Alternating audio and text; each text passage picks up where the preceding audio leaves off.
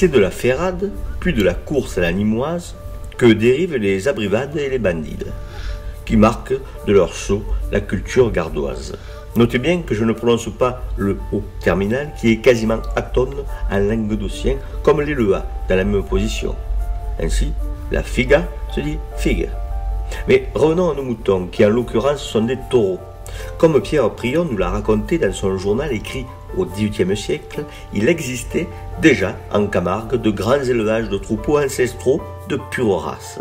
Nourris sur de vastes espaces et donc très proches de l'état sauvage, ces animaux sont farouches et leur élevage a produit un ensemble de pratiques que l'on retrouve peu ou prou dans la course camarguaise.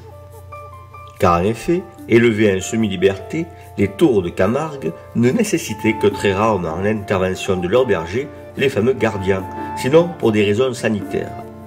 Et, dans ce cas précis, il fallait immobiliser l'animal. Les gardiens commençaient donc par isoler le taureau malade du troupeau en le coursant monté sur de petits chevaux rapides, les camarguais. Puis, ils se l'amenaient dans un enclos bien serré entre plusieurs chevaux. Là, plusieurs gardiens s'immisçaient entre le taureau et les chevaux pour l'attraper par les cornes et la queue. Ainsi, immobilisé, le soigneur pouvait intervenir. Ce sont ces pratiques qui ont inspiré les abrivades et les bandides, qui ont aussi pour origine les ferrades, telles que celles décrites par notre cher Pierre Prion. C'est là que se met en place le spectacle des gestes des gardiens imités par la jeunesse des villages. Pour finir, il ne faudrait pas sous-estimer l'influence de la figure du gardien. D'abord, le gardien est souvent issu des villages de la Camargue ou tout proche. Il compte au nombre des villageois.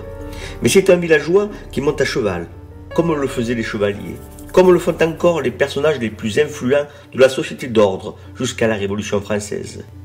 Il y a comme un halo de mystère autour de ces personnages, semi-sauvages aussi, comme leurs taureaux le sont.